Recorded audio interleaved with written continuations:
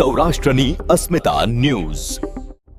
જૂનાગઢના કાળવા ચોકમાં જ્યારે સવારની શાંતિ હતી ત્યારે એક ટેન્કર GJ14X8966 પૂરપાટ ઝડપે પસાર થઈ રહ્યું હતું।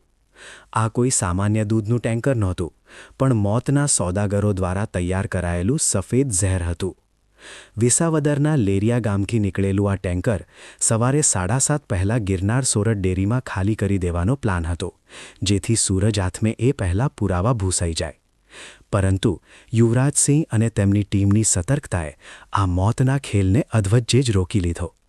જ્યારે ટેન્કર પકડાયું ત્યારે જે સત્ય બહાર આવ્યું તે રૂંવાડા ઊભા કરી દે તેવું હતું।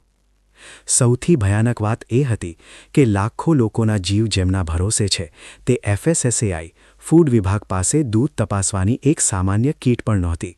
છેલ્લા 6 મહિનાથી તેમની ટેસ્ટિંગ વાન ભંગાર હાલતમાં પડી હતી। જ્યારે ભેળસેળ કરનારાઓ આધુનિક કેમિકલ્સ વાપરી રહ્યા છે ત્યારે આપણું તંત્ર નિશસ્ત્ર ઊભું હતું। જે વ્યક્તિ આટલા મોટે પાયે દૂધ સપ્લાય કરતો હતો તેની પાસે FSSAIનું લાયસન્સ સુદ્ધા નહોતું।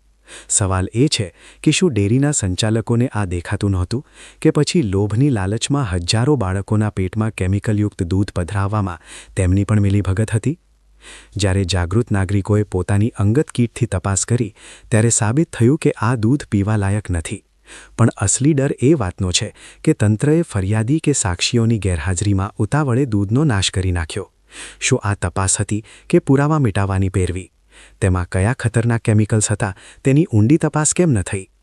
જો આજે આ ટેન્કર ન પકડાયું હોત તો જૂનાગઢના હજારો ઘરોમાં સવારની ચા સાથે ધીમું ઝેર પીરસાયું હોત। આ ઘટના માત્ર એક કૌભાંડ નથી, પણ જનસ્વાસ્થ્ય પર થયેલો સીધો હુમલો છે। જો તંત્ર કાગળ પરનો વાઘ બની રહેશે તો સામાન્ય જનતાના જીવ જોખમમાં જ રહેશે। Bureau report, Junagadh.